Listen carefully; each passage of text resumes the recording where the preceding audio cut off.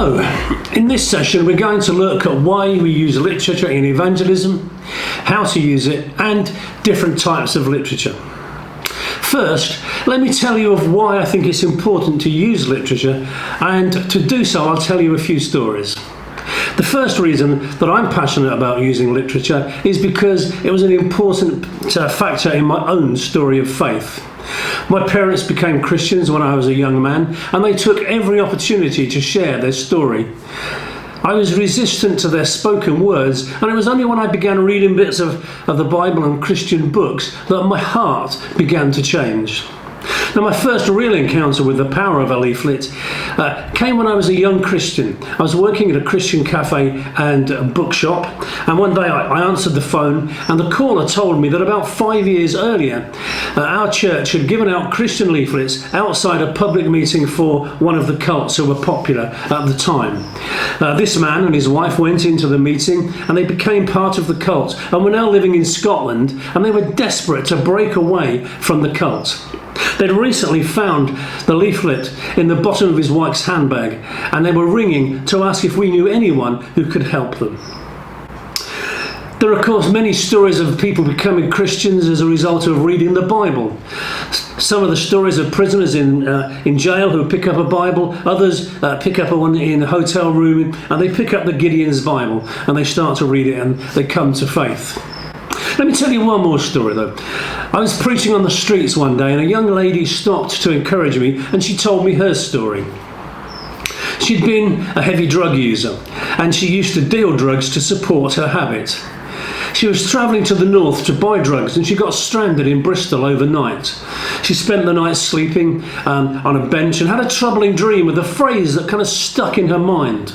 And in the morning, somebody kind of was walking past, and they put a tract into her hand as she was sleeping. It woke her up. She looked at the tract, and the phrase from the dream, which was a Bible verse, was printed on the top of the leaflet. She jumped up, chased after the person who had given it to her, and she asked him what it meant. And the rest is history. So, why do we give away leaflets, Gospels and Bibles? Well, because the written word is powerful. The written word often penetrates where the spoken word doesn't. The written word can also lie dormant like seed in a ground, only to burst into life at some point in the future. The written word reveals the Word that became flesh. So let's look at some different types of tracts or leaflets.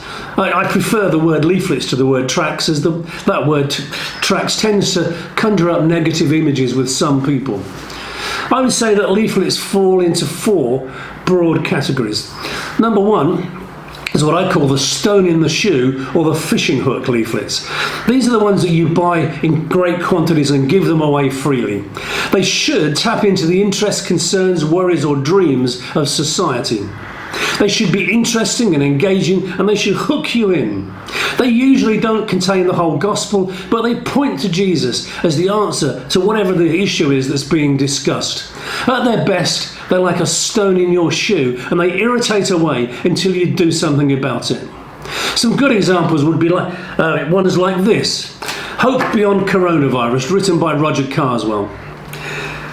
Pirate leaflet that I wrote a few years ago on the day that Penzance tried to beat the world record for the most pirates gathered in one place.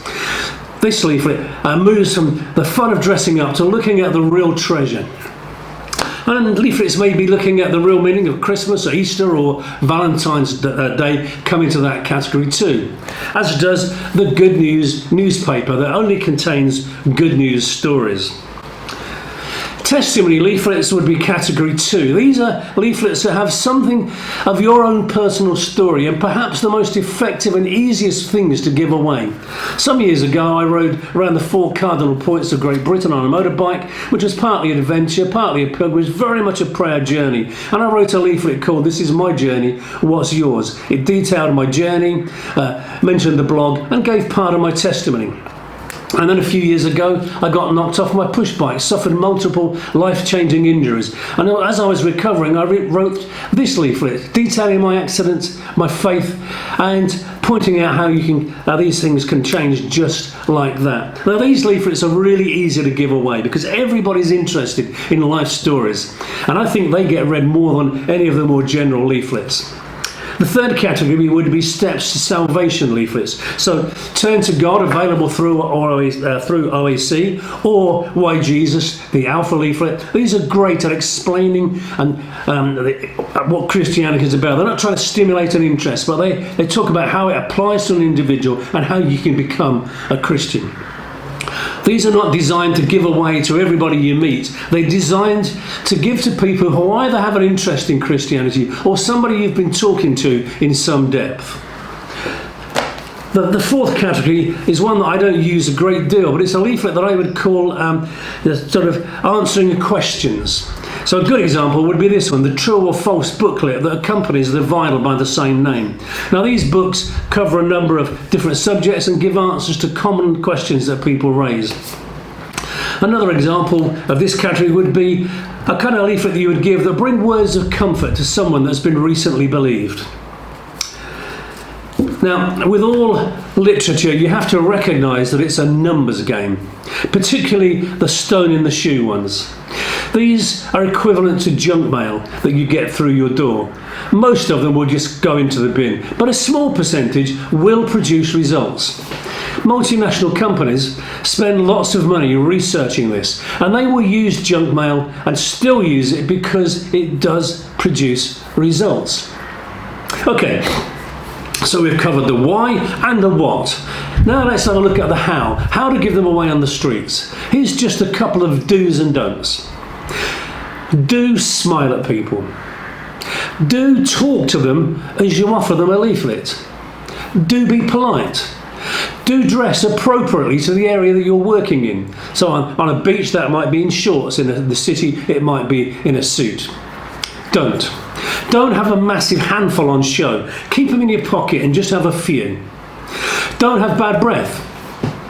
Don't pressurise people into taking one or make them feel bad for not taking one.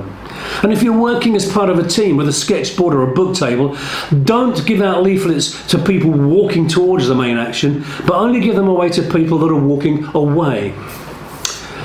A couple more useful tips. If several people in a row decline to take a leaflet, just pause for a minute and start again. Seeing other people refuse one seems to give everybody permission to do so as well, so just break that cycle. And sometimes it's easier to give leaflets away as you're walking slowly along the pavement. Well, thank you for watching. Those are some things about using literature and giving it away on the streets. And of course, there's lots of other places that you can give away literature. Leave it in public places. Stick it in a library book before you put it back in. A whole bunch of other things. But don't do it in a way that people would be offended by. So I trust that's given you some great ideas. I trust that you'll start using literature a little bit more regularly, and that it'll produce fruit in the kingdom of God. So thank you very much for watching.